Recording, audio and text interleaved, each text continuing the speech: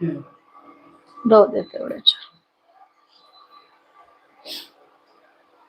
तर आजची साधी सोपी रेसिपी कशी वाटली कमेंट करून पटकन सांगा. आणि इकडे तुम्हाला चांगली शिजली ना तर अशी वरती येते ती, म्हणजे हलकी होती अशी वरती येते ती.